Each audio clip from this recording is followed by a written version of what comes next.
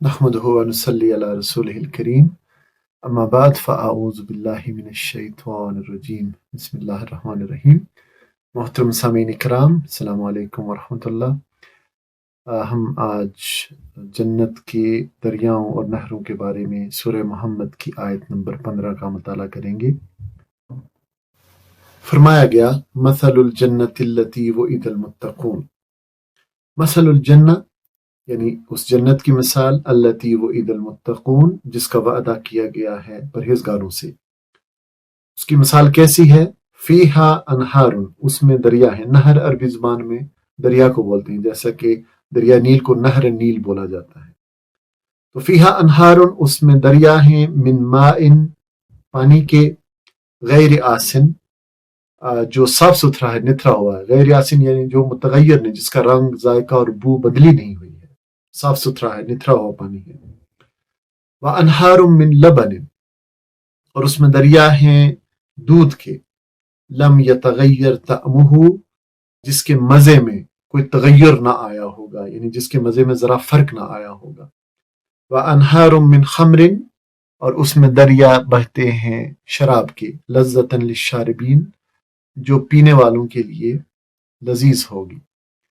وَأَنْهَارٌ مِّن عسل، اور اس میں دریا بہتے ہیں اصل یعنی شہد کے، مصفہ، صاف شفاف شہد کے دریا بہتے ہیں۔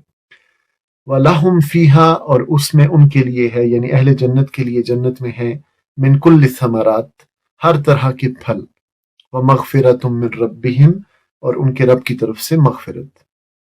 کمن، تو مانند اس کے، یعنی جو جنت والے ہیں جس کے حصے میں یہ جنت آنے والی ہے، کیا وہ اس کی طرح ہو سکتا ہے؟ کمن، کس کی طرح؟ ہوا خالد فی النار، جو ہمیشہ آگ میں رہے گا، یعنی جہنم میں ہمیشہ رہے گا۔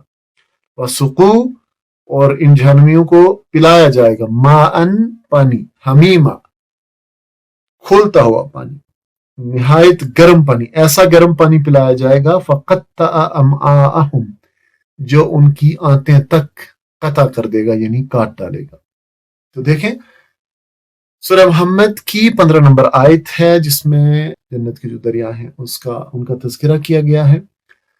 فرمایا گیا کہ پرہیزگار لوگوں کے لیے جس جنت کا وعدہ کیا گیا ہے، اس کی شان تو یہ ہے کہ اس میں نہریں بہہ رہی ہوں گی نتھرے ہوئے پانی کی، نہریں بہہ رہی ہوں گی ایسے دودھ کی جس کے مزے میں ذرا فرق نہ آیا ہوگا، نہریں بہہ رہی ہوں گی ایسی شراب کی جو پینے والوں کے لیے لذیذ ہوگی، نہریں بہہ رہی ہوں گی صاف شفاف شہد کی، اس میں ان کے لیے ہر طرح کے پھل ہوں گے اور ان کے رب کی طرف سے بخشش۔ کیا وہ شخص جس کے حصہ میں یہ جنت آنے والی ہے ان لوگوں کی طرح ہو سکتا ہے جو جہنم میں ہمیشہ رہیں گے اور جنہیں ایسا گرم پانی پلایا جائے گا جو ان کی آنتیں تک کاٹ ڈالے گا؟ آیت کے مختلف حصے کر کے ہم اس کا مطالعہ کرتے ہیں۔ پہلی بات یہ فرمائی گئی کہ پرہیزگار لوگوں کے لیے جس جنت کا وعدہ کیا گیا ہے اس کی شان ایسی ہے کہ اس میں نہریں بہہ رہی ہیں من ماء غیر آسن، ایسے پانی کی جس کا جو نتھرا ہوا ہے، صاف ستھرا ہے، جس کا رنگ، بو اور ذائقہ بدلا ہوا نہیں ہے۔ یعنی دنیا میں تو پانی کچھ دیر ایک جگہ پڑا رہے تو اس کا رنگ متغیر ہو جاتا ہے، جس سے وہ خراب ہو جاتا ہے، مضر صحت ہو جاتا ہے، ذائقہ بدل جاتا ہے۔ جنت کے پانی کی خوبی یہ ہوگی کہ اس میں کوئی تغیر نہیں ہوگا، وہ تازہ ہوگا، جب بھی پئیں تازہ ہوگا، مفرح ہوگا اور صحت افزا ہوگا۔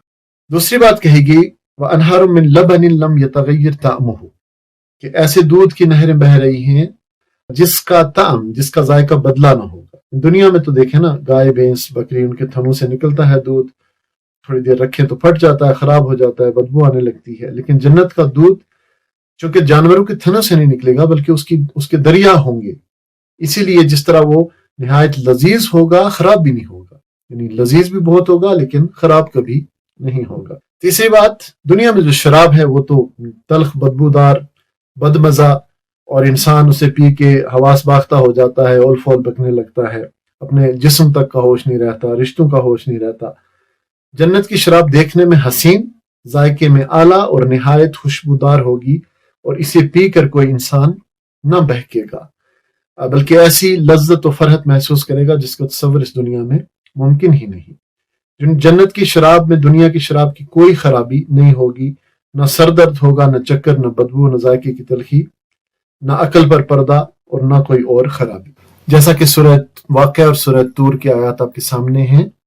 لیکن لذت میں دنیا کی شراب اور آخرت کی شراب کی کوئی نسبت نہیں ہے. یعنی دنیا میں تو لوگ یہ سارے نقصانات برداشت کرتے ہیں شراب کے اس کے ذائقے کے لیے، لیکن آخرت میں ذائقہ اس سے کئی گنا زیادہ ہوگا اور نقصان کوئی نہیں ہوگا. اگلی بات وَأَنْهَارٌ مِّنْ أَسَلٍ مُصَفَّى، اور ایسے شہد کی جو صاف شفاف ہوگا. دنیا میں تو وہ شہد کی مکھیوں کی ٹانگیں اور پتہ نہیں کیا کیا اس میں مل جاتا ہے جتنی بھی آپ کوشش کریں، لیکن آخرت میں چونکہ یہ مکھیوں کے پیٹ سے نہیں نکلے گا بلکہ دریاؤں کی شکل میں جاری ہوگا، تو اس لیے یہ ایسا صاف شفاف ہوگا کہ اس میں ایسی کوئی خرابی نہیں ہوگی.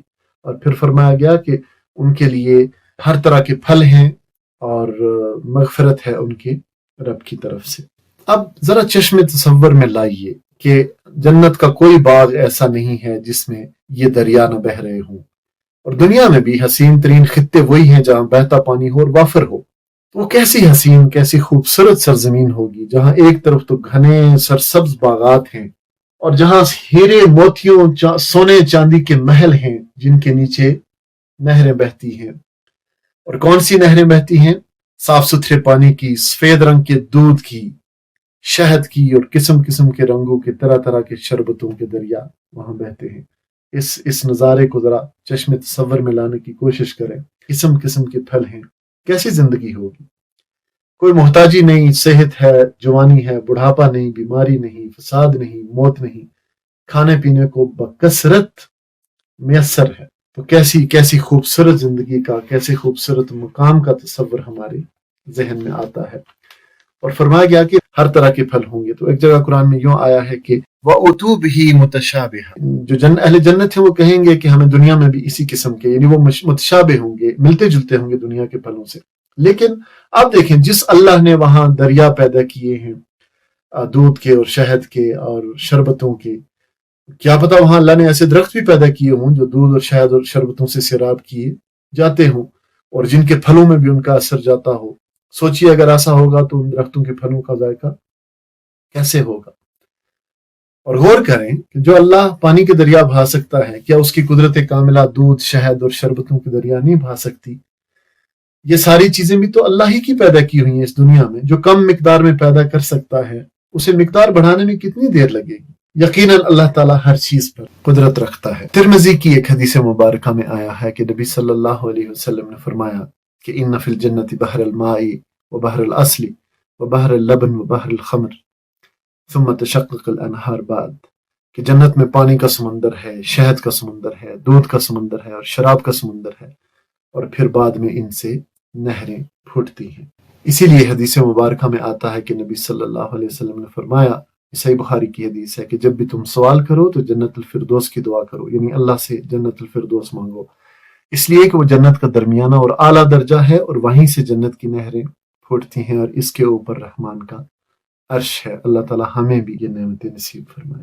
اب ذرا اس پہ نظر دوڑا لیں کہ اس دنیا میں اللہ نے ہماری آنکھوں کے سامنے کتنا بڑا پانی کا ذخیرہ پیدا کر رکھا ہے. یہ آپ کے سامنے تصویر ہے، دیکھیں زمین کی تصویر ہے.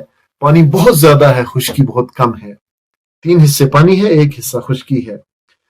اور اتنے بڑے سمندر میں، اتنے بڑے پانی میں اتنی بڑی مقدار میں نمک ملا ہے کہ پانی کی جو مخلوقات ہیں وہ اس میں مرنے کے بعد گلتی سڑتی نہیں، ورنہ تو یہ ایک جوہر بن جاتا. تو غور کریں، کیا یہ سب کچھ خود ہی ہو گیا؟ کس نے اتنا زیادہ نمک ملا دیا اتنے بڑے پانی کے ذخائر میں؟ اور پھر سورج کی شعائیں اس پہ پڑتی ہیں، بخارات اٹھتے ہیں، مد و جزر چاند تاروں کی وجہ سے نہ جانے کیا کچھ ہوتا ہے. وہ بخارات پھر بارشیں برساتے ہیں اور اونچے پہاڑوں پہ برف گرتی ہے اور پھر اس برف سے دریا بہتے ہیں جو سارا سال بہتے رہتے ہیں. یہ سارا کیسا عظیم الشان انتظام ہے، اور یہ توحید کی دلیل ہے کہ جس کا سورج ہے اسی کے سمندر ہیں، جس کے پہاڑ ہیں اسی کے دریا ہیں، جو برف برساتا ہے، جو پانی برساتا ہے، جو آبی بخارات، جو بادل اٹھاتا ہے، وہ ایک ہی ہے. یہ اسی ایک کے ہیں، اسی لیے تو وہ ان سب کو اپنی مرضی کے مطابق استعمال کرتا ہے. اگر سورج کی شعائیں نہ پڑیں تو بخارات نہ اٹھے. اس کا مطلب یہی ہے کہ زمین سے لے کے آسمانوں تک بادشاہت اور خدائی اور اقتدار اسی ایک کا ہے. سورج چاند ستارے زمین، دریا، پہاڑ، یہ ہوائیں، یہ گھٹائیں، یہ سب اسی کے قبضہ قدرت میں ہیں اور اسی کی ملکیت ہیں۔ اگر اس ایک کی قبضہ میں نہ ہوتی تو اتنے کوآرڈینیشن کے ساتھ، اتنے ربط ضبط اور تال میل کے ساتھ یہ مل کر کام نہ کر سکتے تھے۔ ایک گندم کا دانہ پیدا نہیں ہو سکتا جب تک کہ اس کے پیدا کرنے میں یہ ساری چیزیں اپنا حصہ نہ ڈالیں، اور یہ توحید کی دلیل ہے۔ یاد ہے آپ نے ابراہیم علیہ السلام نے کہا تھا نمرود سے کہ میرا رب تو سورج کو مشرق سے نکالتا ہے تو مغرب سے نکال۔ تو جو خدائی میں شرکت کا دعویٰ کرے، جو خدا ہونے کا دعویٰ کرے، تو اس کا اقتدار اور اس کا اختیار سورج، چاند، ستاروں اور ان تمام چیزوں پر بھی ہونا چاہیے۔ اسی لیے شرک بے بنیاد ہے، شرک جھوٹ ہے اور توحید ہی سچ ہے۔ حقیقت یہی ہے کہ یہ سب اللہ ہی کا ہے اور اللہ ہی کی ملکیت ہے اور اللہ ہی تنہا اس سب کا مالک و خالق ہے۔ امیزون ریور اور دریائے نیل جو ہیں کتنے لمبے ہیں، ہزاروں کلومیٹر، تو جس نے بنائے ہیں اس کی ملکیت ہے، یہ ساری زمین اس کی ملکیت ہے۔ اسی لیے تو اس نے ان کا راستہ ایسے بنایا کہ ہزاروں کلومیٹر کا سفر طے کرتے ہیں پہاڑوں سے اور پھر جا کر سمندر میں گرتے ہیں۔ تو یہ سب لا الہ الا اللہ ہی کے ثبوت ہیں۔ اب دیکھیے یہ سیٹلائٹ سے لی گئی تصاویر ہماری آنکھیں کھولنے کے لیے کافی ہیں۔ جس اللہ نے اس دنیا میں ہماری آنکھوں کے سامنے اتنے بڑے سمندر پیدا کر دیے پانی کے اور پھر دریا بہا دیے ان سے، کیا وہ اللہ جنت میں ایسا نہ کر سکے گا کہ پانی کے دریا بہا دے، دودھ کے دریا بہا دے، شہد کے اور طرح طرح کے شربتوں کے دریا بہا دے۔ آخر میں ترجمہ ایک بار پھر دیکھ لیجئے کہ پرہیزگار لوگوں کے لیے جس جنت کا وعدہ کیا گیا ہے اس کی شان تو یہ ہے کہ اس میں نہریں بہہ رہی ہوں گی، نتھرے ہوئے پانی کی نہریں بہہ رہی ہوں گی، ایسے دودھ کی جس کے مزے میں ذرا فرق نہ آیا ہوگا، نہریں بہہ رہی ہوں گی ایسی شراب کی جو پینے والوں کے لیے لذیذ ہوگی، نہریں بہہ رہی ہوں گی صاف شفاف شہد کی، اس میں ان کے لیے ہر طرح کے پھل ہوں گے اور ان کے رب کی طرف سے بخشش۔ کیا وہ شخص جس کے حصہ میں یہ جنت آنے والی ہے ان لوگوں کی طرح ہو سکتا ہے جو جہنم میں ہمیشہ رہیں گے اور جنہیں ایسا گرم پانی پلایا جائے گا جو ان کی آنتیں تک کاٹ دے گا؟ یقیناً یہ دونوں لوگ برابر نہیں ہو سکتے۔ اہل جنت ہی اصل میں کامیاب ہیں، جو اللہ کے مہمان ہوں گے، جو اللہ کے پسندیدہ لوگ ہوں گے، اور اہل جہنم ہی جو ناکام ہیں، جن کو سخت عذاب دیا جائے گا۔ آئیے اللہ تعالیٰ سے دعا مانگتے ہیں کہ اللہ تعالیٰ ہمیں بھی اہل جنت میں شامل فرمائے۔ اللہم انا نسألک الجنہ ونعوذ بک من عذاب النار۔ اللہم انا نسألک الجنہ ونعوذ